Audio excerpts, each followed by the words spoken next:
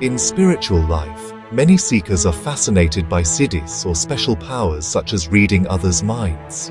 But the saints remind us that true progress lies not in looking outward into others' thoughts, but inward, into our own self. Only when the mind is purified, disciplined, and anchored in God does real wisdom arise. Today's Pravachan points us to the importance of self-examination, humility, and God remembrance rather than chasing after mystical powers.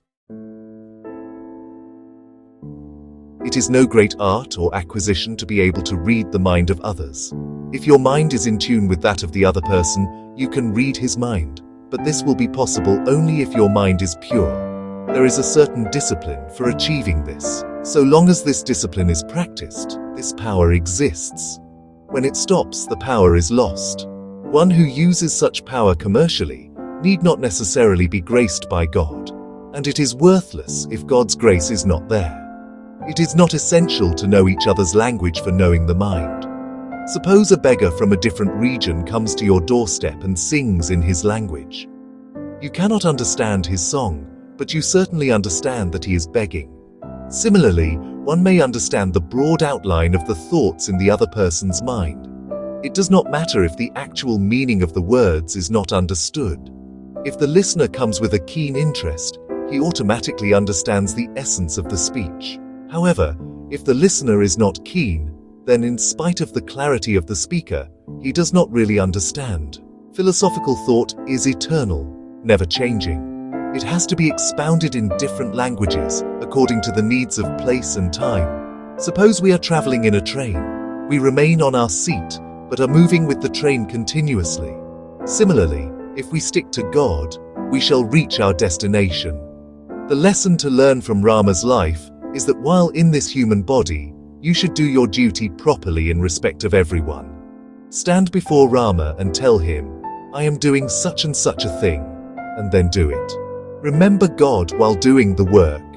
You will then feel contented. If you remember, whatever I do is due to the grace of God, how can pride grow? Focus the searchlight inwardly on yourself. Find out where you have gone wrong. Don't learn logic and become merely argumentative. Do not scrutinize the sayings of saints, for they are based on their personal experience. Their advice is in very straightforward language. People start their scrutiny from the question whether God exists or not. They get confused, and ultimately their progress is thwarted. Scrutiny must be done accepting God as a fact. Ghananatha Nayanar was a devout Shaiva from Tiruvadannai in Tamil Nadu. Every day he would faithfully perform puja and offer food to Lord Shiva with deep love. But what made him unique was his constant self-examination. Instead of looking at the faults of others, he always looked inward and asked himself, am I serving the Lord with complete purity? Is my mind truly devoted, or is pride still hiding within me? Once, it is said that some people tried to provoke him by questioning his way of worship and belittling his offerings. Instead of getting angry or reading their intentions, Ghananatha Nayanar quietly examined his own heart. He prayed, O Lord, if there is even a trace of impurity in my devotion, forgive me.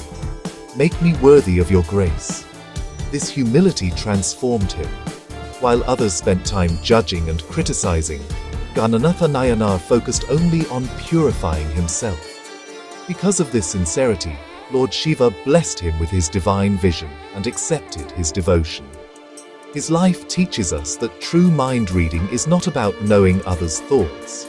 It is about honestly reading our own mind, recognizing our flaws, and surrendering them at the feet of God.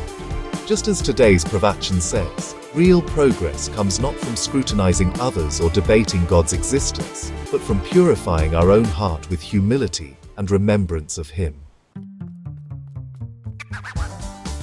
Mind reading others may appear attractive, but it is insignificant without God's grace.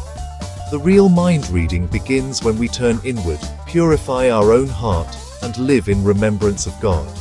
Saints like Ghananatha Nayanar show us that humility, sincerity, and devotion are far greater treasures than any special powers. May we all strive to focus inward, surrender our actions to God, and live with the awareness that His grace alone carries us forward.